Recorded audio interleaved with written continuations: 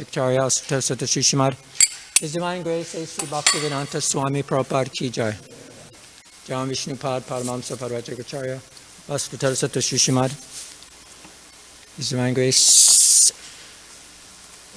A.C. Bhaktivedanta Swami Prabhupada Ki Jai. Namacharya Srila Haridas Thakur Ki Jai. Brahma Shri Krishna Chaitanya Prabhu Nityananda. Shri Advaita Gadadhar Sivasari Gaur Bhaktivinoda Ki Jai. Shri Radha Krishna Gopi Gopinath Shamakund Radhakund Giri Govardhan Ki Jai. Vrindavan Dham Ki Jai. Mayapur Dham Ki Jai. Navadip Dham Ki Jai. Shri New Dwarka Dham Ki Jai. Their Divine Lordship Shri Shri Rukmini Dwarkadish Ki Jai. Their Divine Lordship Shri Shri Jagannath Baladev Shrimati Subhadra Ki Jai. Their Divine Lordship Shri Shri Gaurnitai Ki Jai. Transcendental Book Distribution Ki Jai. Harinam Sankirtan Yoga Ki Jai. Transcendental Prasadam Distribution Ki Jai. Gaur Premananda Hari Hari Bol. All glories to the summer devotees, Hare Krishna. All glories to the summer devotees, Hare Krishna. All glories to Shri Shri Guru and Shri Gauranga. Om Namo Bhagavate Vasudevaya.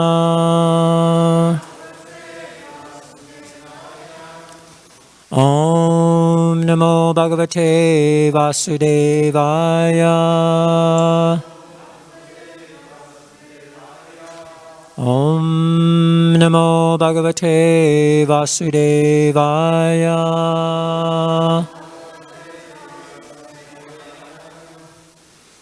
So today we're reading from the Srimad Bhagavatam. This is the second canto, chapter 6. And the title of the chapter is, or the canto is the Cosmic Manifestation. The chapter is Purusha Shukta Confirmed. And we're going to chant verse number 32. Shri Jami Tani Yukto Ham. Shri Jami Tani Yukto Ham. Haro Harati Tadvasaha. Haro Harati Tadvasaha. Vishwam Purusha Rupena.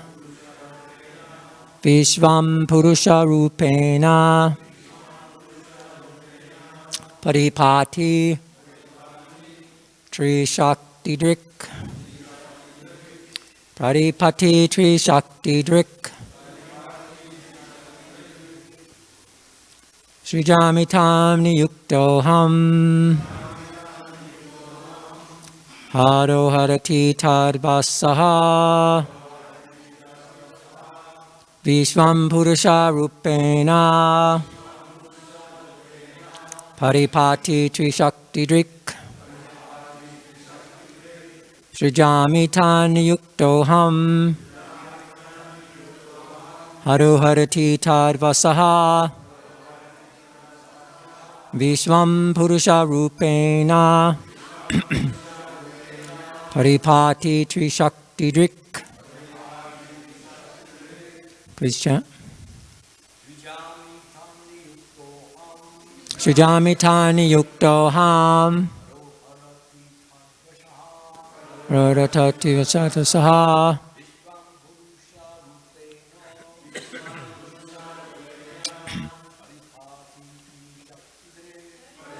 Rati Shakti Srik.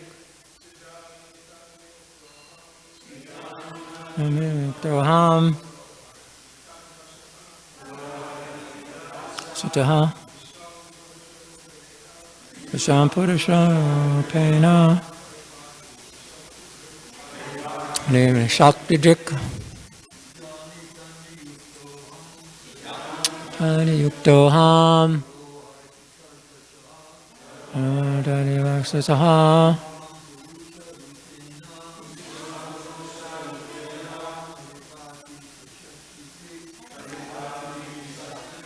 Vaishnavis. Jamitani Yukto Ham. Harati Harati Tadvasaha. Samakena Hare Sakravik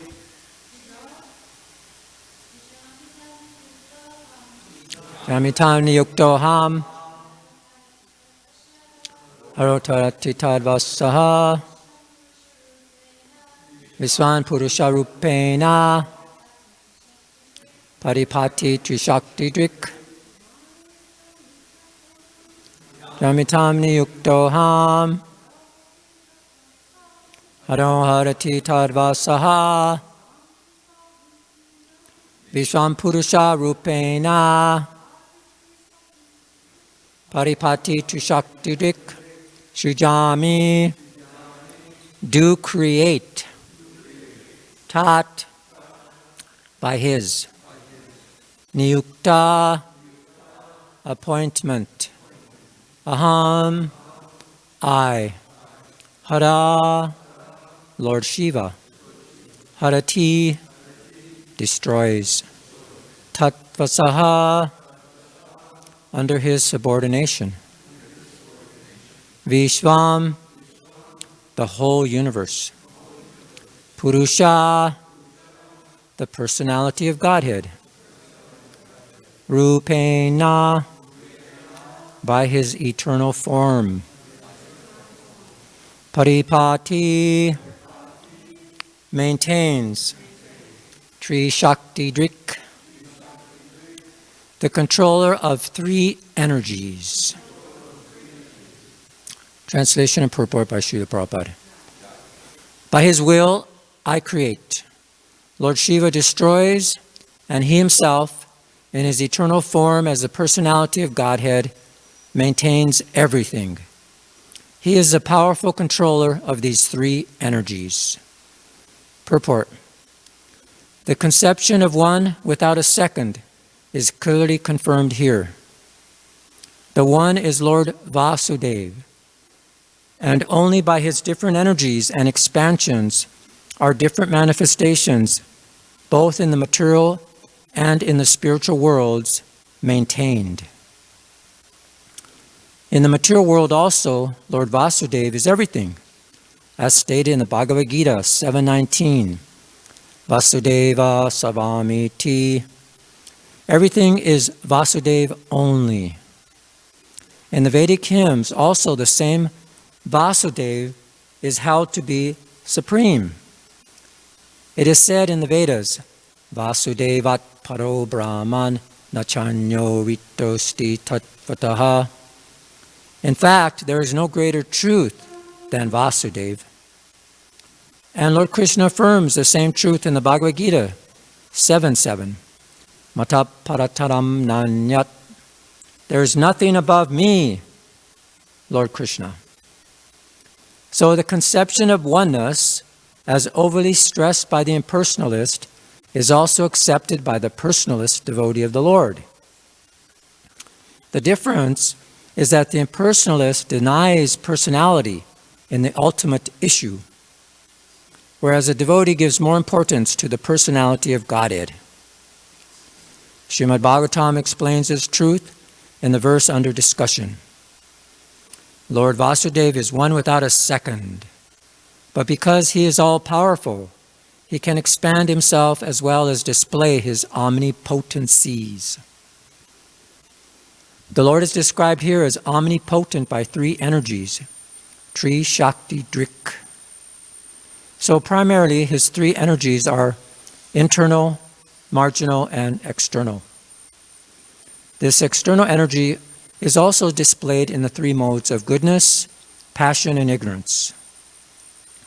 Similarly, the internal potency is also displayed in three spiritual modes, Sambit, Sandini, and Hladini.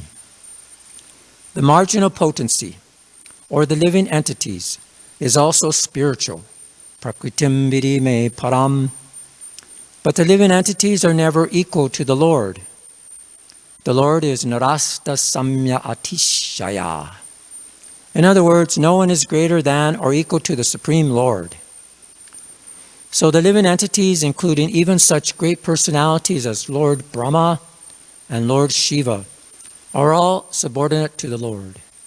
In the material world also, in his eternal form of Vishnu, he maintains and controls all the affairs of the demigods, including Brahma and Shiva. Om Jnana Timirandasya Gyananjana Salakaya Chaksusunmalitam Yena Tasmai Shri Guruve Namaha. Shri Chaitanya Manubhistam Stapitam Yena Bhutale Swayam Upagadamayam Dadati Swapadantikam.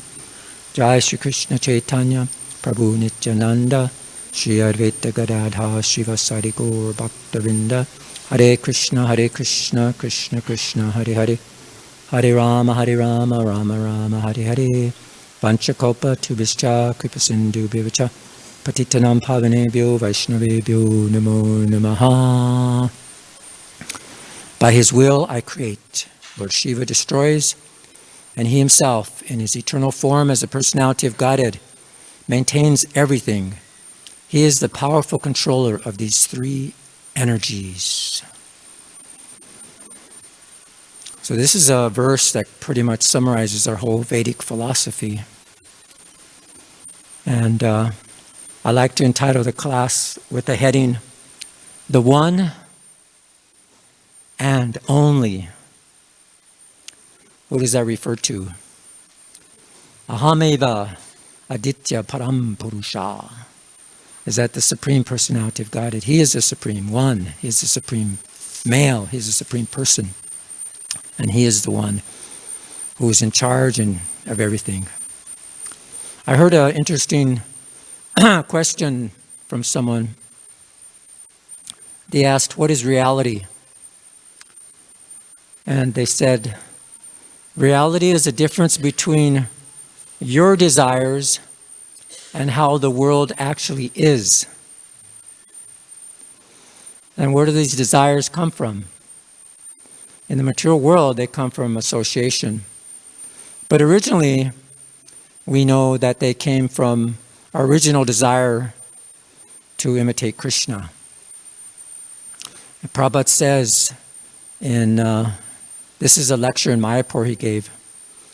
He said, our natural position is ever liberated, eternally liberated.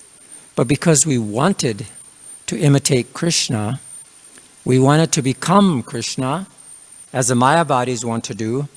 Therefore, in the spiritual world, Krishna is the only enjoyer. Ekam eva adityam. So he's the only one. Aham bhaktaram jagatapasham sarvaloka maheshwaram. Sarvaloka, not only for the Vaikuntha planets, but these planets also, everywhere. Krishna is the supreme proprietor. Therefore, he is the supreme enjoyer. We cannot be enjoyer. We each can simply be servitor. That is our natural position. Just like a dog. When it serves a master, a nice master, he's happy. So we see if nobody cares for a dog and it just runs the street, then he has no position and he could very easily be killed. But we want to live under the protection of the Supreme Personality of Godhead. And just as to confirm, even in the first verse of the Srimad Bhagavatam, which is like an introduction, that even there summarizes our whole philosophy, which is similar to this verse today. I like to read that verse. It's 111. O my Lord, Shri Krishna, son of Vasudeva, all-pervading personality of Godhead, I offer my respectful obeisances unto you. I meditate upon Lord Shri Krishna because he is the absolute truth and the primeval cause of all causes of the creation, sustenance and destruction of the manifested universes. So we know, even though Lord Shiva is described as being the destroyer, Lord Brahma is the creator, we see that behind all that is happening by the will of the Supreme Lord. He is directly and indirectly conscious of all manifestations, and he is independent because there is no other cause beyond him. It is he only who first imparted the Vedic knowledge unto the heart of Brahmaji, the original living being. So we know that's what Lord Brahma came from the navel of Lord Vishnu. And he, even though he came from his body, he didn't even know who he was. He didn't even know where he came from. And he didn't even know what he wanted to do, what he's supposed to do. So these are the questions Lord Brahma wanted to know. And he found out, I'm a Jivera Sarup Nitya Siddha. I'm an eternal servant of Krishna. And where did I come from? I came from the spiritual world, Sanatan Dham. So this is where he came from. And what was his purpose? Is to help Krishna with the creation of the universe. So, where was I? He is directly and indirectly conscious of all manifestations, and he is independent because there is no other cause beyond him. And it is he only who first imparted the Vedic knowledge into the heart of Brahmaji, the original living being. By him, even the great sages and demigods are placed into illusion, as one is bewildered by the illusory representations of water seen in fire or land seen on water. Only because of him do the material universes, temporarily manifested by the reactions of the three modes of nature, appear factual, although they are unreal. I therefore meditate upon him, Lord Sri Krishna, who is eternally existent in the transcendental abode, which is forever free from the illusory representations of the material world. I meditate upon him, for he is the absolute truth. So everything is here. It's telling us, who's in charge, who's the one and only one. It shows that and who's in charge of the material world. And what is the process to actually get out of here? We have to meditate on him. So this meditation is very important. And if we do that, then we can actually become purified. There's another nice verse in the Srimad Bhagavatam, which talks, it's in the 3rd canto, 28th chapter, 22nd verse. And this is where it's described how Lord Shiva was blessed by bearing on his head the holy water of the Ganges, and which is a source of water that washed the Lord's feet. And the second half of that translation of the verse, it says, the Lord's feet act like thunderbolts hurled to shelter the mountain of sin stored in the mind of the meditating devotee. One should therefore meditate on the lotus feet of the Lord for a long time. So this is, Prabhupada says in the purport there, that a significant point of this verse is that the mind of the conditioned soul, on account of its association with the material energy from time immemorial, contains heaps of dirt in the form of desires to lord it over material nature. So this is where our desires come from, this association of the material world. Once we had that original desire to be like Krishna, imitate Krishna, be one with him, or be the one, so then we were thrown into this material world, and associating with it, we get heaps of desires to do this, to do that. Just by association, you go outside, you see a billboard, and it gives you a desire. You go outside, you see a beautiful form, it gives you a desire. You see a beautiful object, gives you a desire. You get all these desires by associating in the material world. Heaps. And Prabhupada said these are like dirt built up to a mountain. And this mountain can only be shattered by a thunderbolt. So this is what meditating on the lotus feet of the Lord is like. It is a thunderbolt on this mountain of dirt in the mind. So this is what we want to do, shatter that dirt. So in that purport, Srila Prabhupada says, if a yogi wants to shatter the mountain of dirt in his mind, he should concentrate on the lotus feet of the Lord and not imagine something void or impersonal. So this is like we said here, that reality is the difference between your desires and how the world actually is. So in the Srimad Bhagavatam, we're actually finding what is reality. What the world is, who created the world, what's the purpose of the world. Everything we're understanding. We're not making it up in our mind. So this is being confirmed here, that he should concentrate on the lotus feet of the Lord and not imagine something void or impersonal, because the dirt has accumulated like a solid mountain. One must meditate on the lotus feet of the Lord for quite a long time. For one who is accustomed to thinking of the lotus feet of the Lord constantly, however, it is a different matter. The devotees are so fixed in the lotus feet of the Lord that they do not think of anything else. Those who practice the yoga system must meditate on the lotus feet of the Lord for a long time after following the regulated principles and thereby controlling the senses. So this is confirmed all throughout the Bhagavatam. There's that nice verse in the first canto, which says, simply by giving oral reception to this Vedic literature, the feeling for loving devotional service to the Lord Krishna, the Supreme Personality of Godhead, sprouts up at once to extinguish the fire of lamentation, illusion, and fearfulness.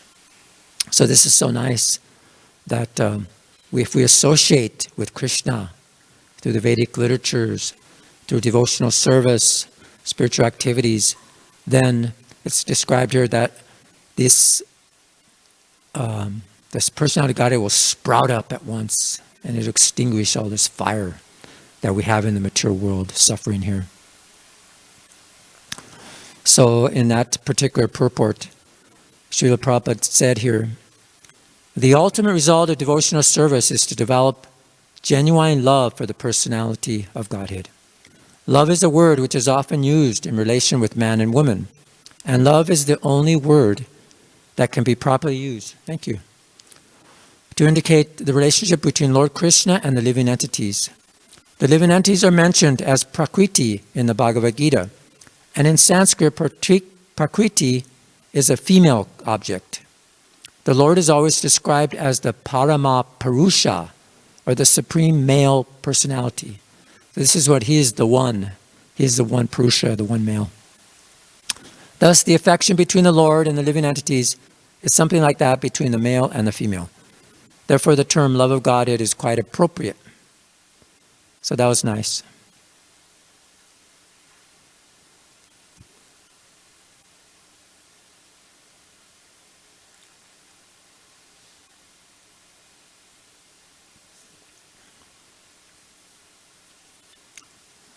So this verse also reminded me of another verse in the Srimad Bhagavatam second chapter, the first canto.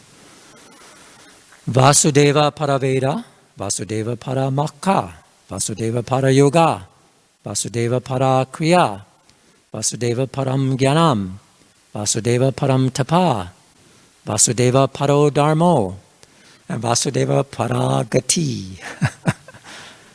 So it says in the revealed scriptures, the ultimate object of knowledge is Sri Krishna, the personality of Godhead. The purpose of performing sacrifice is to please him. Yoga is for realizing him. All fruitive activities are ultimately rewarded by him only. He is a supreme knowledge, and all severe austerities are performed to know him. And religion, dharma, is rendering service unto him.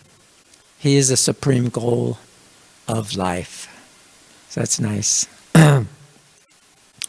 So as living entities, we're expanded by his internal potency. And we're, which are eternally liberated souls. Whereas those expand in terms of the material energy, it's described they're eternally conditioned souls. And Prabhupada says in the purport, therefore all culture of knowledge, austerity, sacrifice, and activities should be aimed at changing the quality of the influence that is acting upon us. So again, here, this confirms the association. We get influenced by our presence here and wherever we are in association with. For the present, we're all being controlled by the external energy. So we think actually these are our desires, but they're not really. They come from the material energy. They're pushing us to enjoy this, do this, giving us this desire. Because we're in this place where we're being bombarded by these mountains of dirt, dirty things, and we're getting covered by them. And we think, oh, this is my desire. I want to enjoy.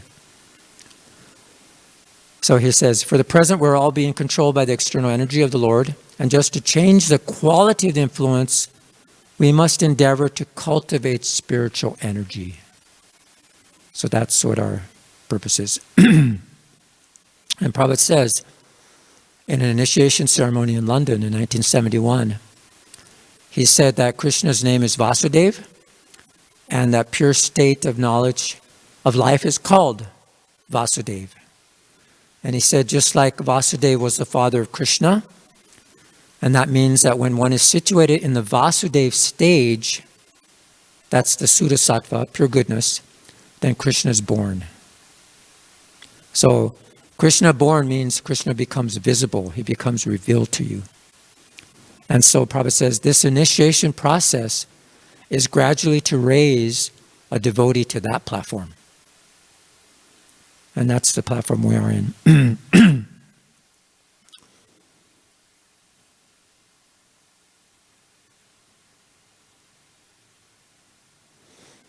So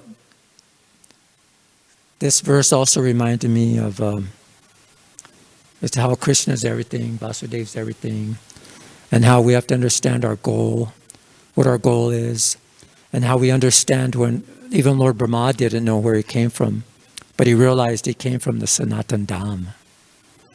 So in this introduction to the Bhagavad Gita, there's a certain section here that Prabhupada says, in this world, men are not meant for quarreling like cats and dogs. Men must be intelligent to realize the importance of human life and refuse to act like ordinary animals. A human being should realize the aim of life, and this direction is given in all Vedic literatures, and the essence is given in Bhagavad Gita. The Vedic literature is not meant for human beings. The Vedic literature is meant for human beings, not for animals. So he says here that the jiva is also described as sanatan, eternal. And the Lord is described as sanatan in the 11th chapter. And we have intimate relationship with the Lord, and because we're all qualitatively one, the Sanatan Dham, or sky, the Sanatan Supreme Personality, and the Sanatan living entities, that the whole purpose of Bhagavad Gita is to revive our Sanatan occupation, or Sanatan Dharma, which is the eternal occupation of the living entity. So we're temporarily engaged in different activities, but all these activities can be purified when we give up these three temporary activities, or these temporary activities, and take up the activities which are prescribed by the Lord. That's called our pure life.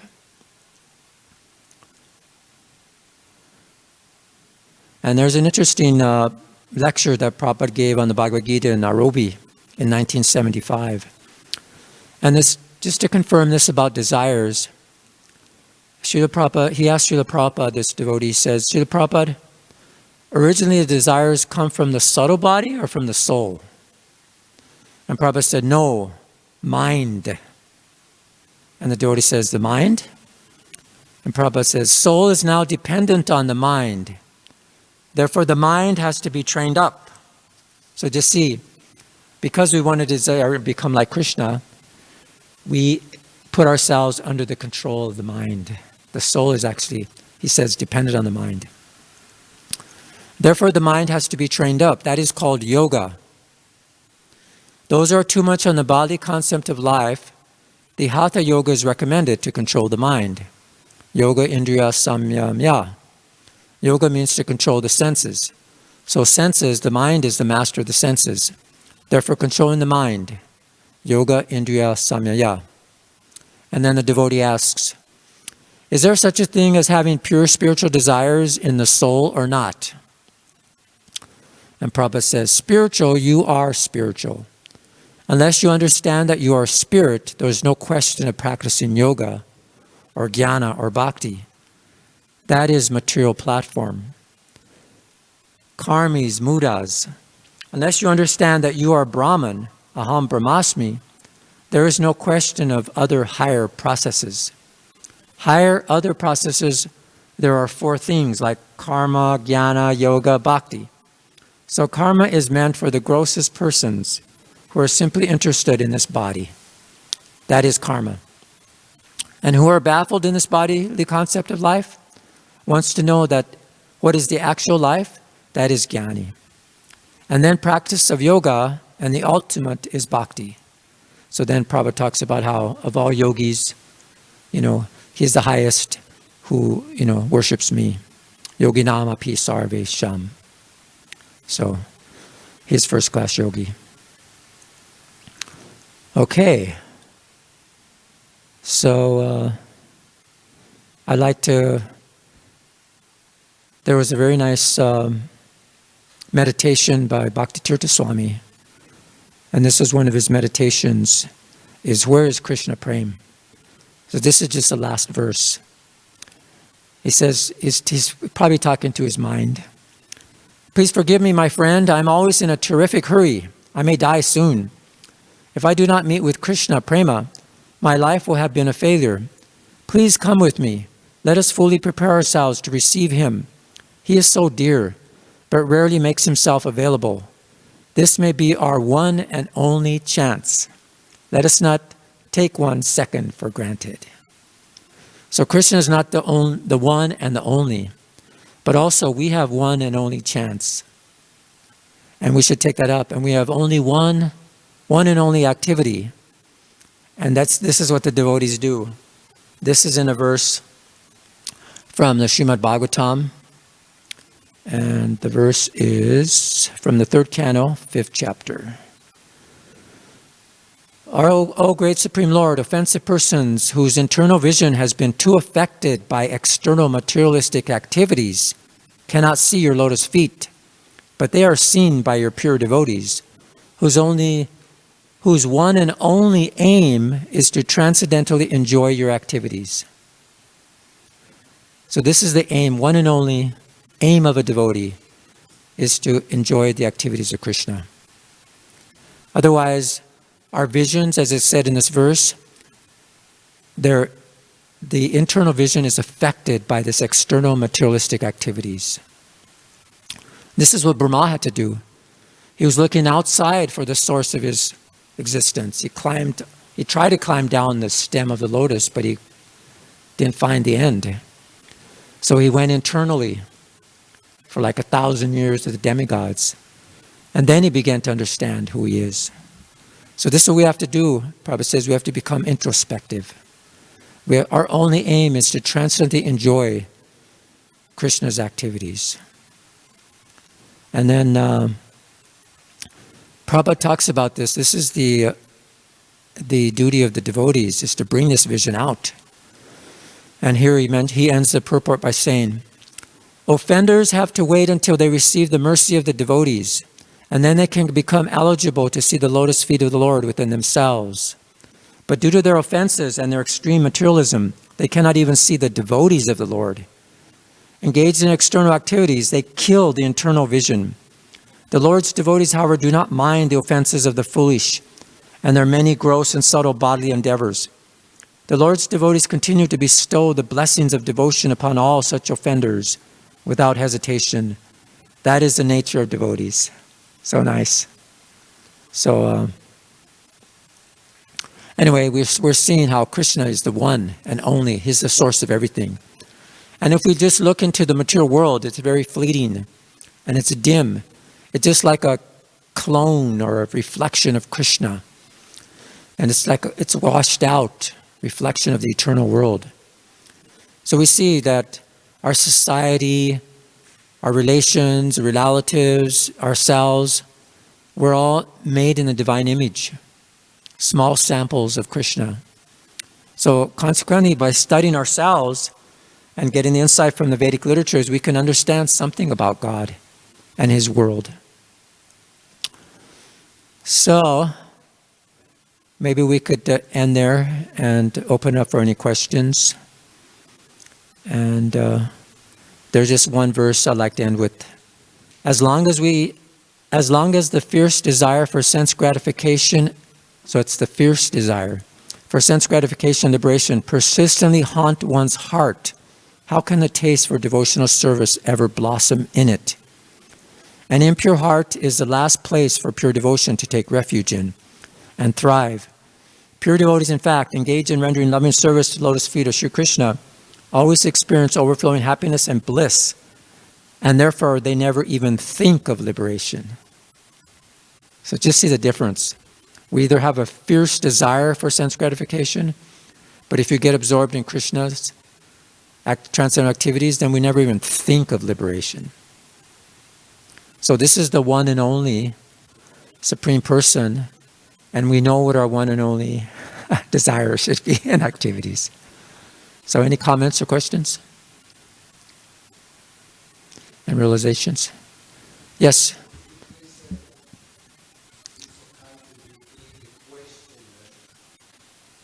Can you please repeat the question that the devotee asked to Srila Prabhupada about Oh, sure. mind?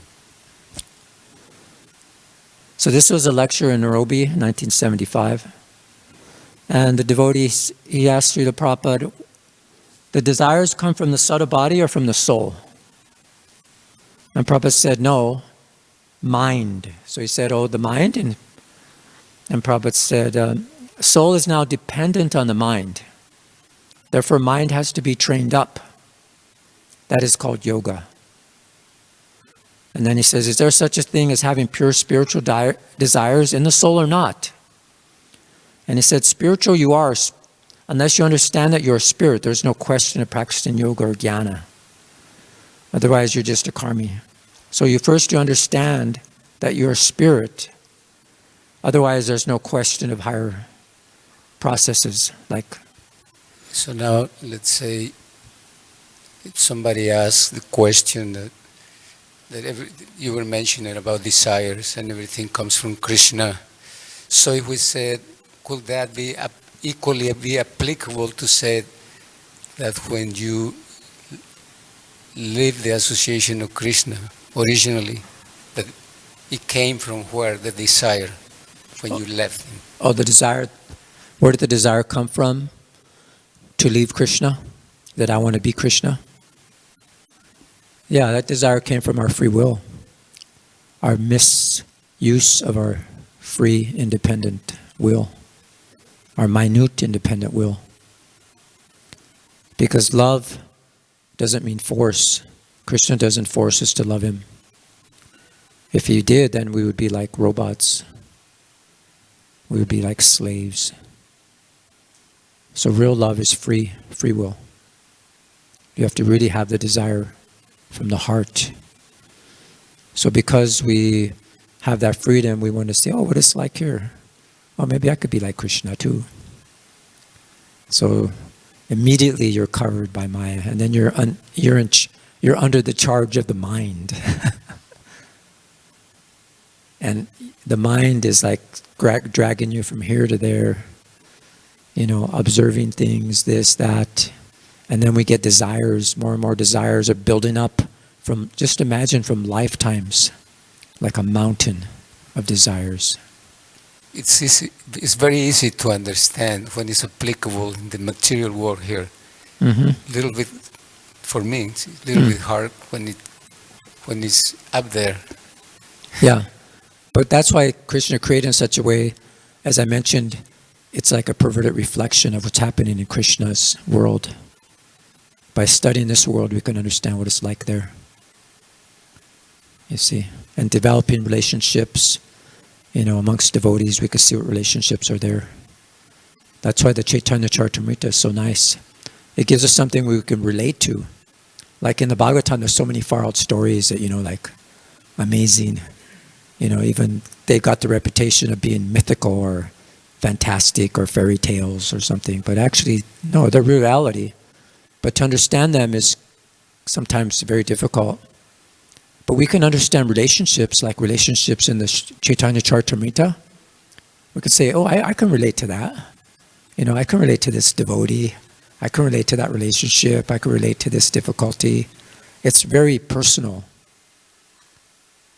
Krishna is that one person that we want to be with. And we practiced amongst each other. Because Krishna is in every one of us. He's there. Eternally. He's your best friend. And he's just looking for an opportunity to attract you. So, yeah, I think it's 8:31. I guess we're trying to keep punctual. So, thank you for your kind attention. I'll go to Srimad Bhagavatam. Jai.